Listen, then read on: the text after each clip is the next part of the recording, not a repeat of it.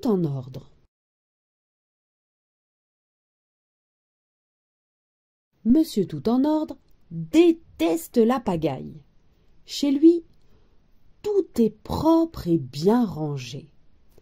Mais le jour où il décide de faire aussi le ménage dans la forêt, Monsieur Tout en ordre découvre que l'ordre de la nature n'est pas forcément celui qu'on croit. Tout en ordre de Christopher Elgar aux éditions Les Fourmis Rouges. Comme tous les jours, Monsieur Tout en ordre se réveille dans sa très grande maison. Il s'installe dans sa cuisine pour prendre son petit déjeuner. Un jus d'orange fraîchement pressé, quelques céréales et puis du lait. Mince! Le lait a débordé! Il y en a partout! Ce n'est pas grave, car Monsieur Tout en ordre est équipé d'appareils ménagers dernier cri, au top de la technologie. La tache de lait est donc épongée en quelques secondes. Mais Monsieur Tout en ordre en profite pour nettoyer le reste de sa cuisine. Passionné de ménage, il lance ensuite une opération anti-poussière. Il part à l'assaut du salon, puis de la bibliothèque, sans oublier la chambre, la salle de bain et le reste de la maison. Après, vient le tour du jardin. Il taille les haies, passe la piscine aux Chinois, tond le gazon, nettoie la fontaine et finit par repeindre toute la maison.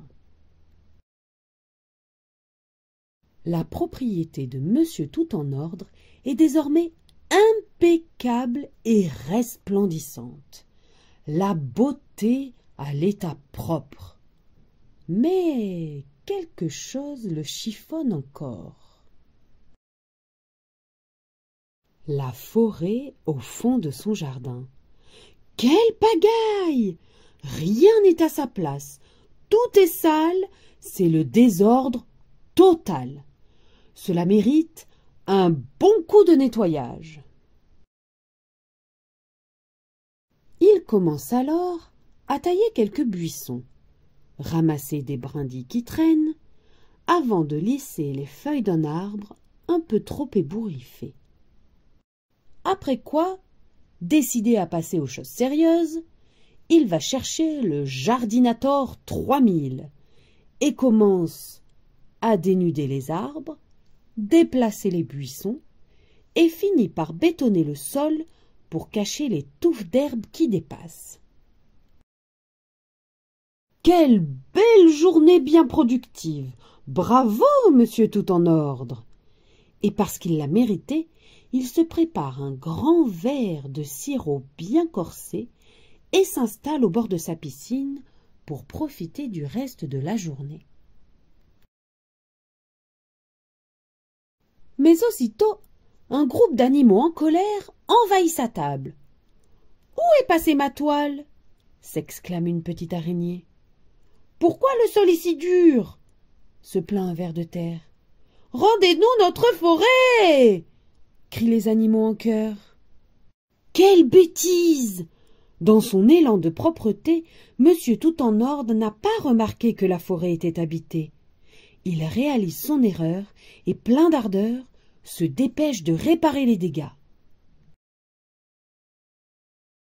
Le béton est brisé afin que les vers de terre puissent librement sortir du sol. Les buissons replacés pour que les chenilles puissent s'y transformer en papillons. Les branches et les feuilles des arbres raccrochées afin que la forêt reste bien fraîche et ombragée pour les moustiques. Les fleurs replantées pour que les abeilles puissent les butiner, les feuilles et les brindilles redistribuées afin que les fourmis puissent entretenir leur fourmilière, et le festin si parfumé des mouches est remis à sa place. La forêt a maintenant retrouvé son aspect initial, et Monsieur Tout en ordre comprend enfin que la forêt a un ordre bien à elle. Il y règne un équilibre presque invisible, mais très important pour tous. Il redécouvre la forêt d'un nouvel œil. Qu'elle est belle! Et parce qu'il n'y a rien de mieux pour resserrer les liens entre voisins, il invite tous ses nouveaux copains à une grande fête dans son jardin. Merci, monsieur tout en ordre. Fin.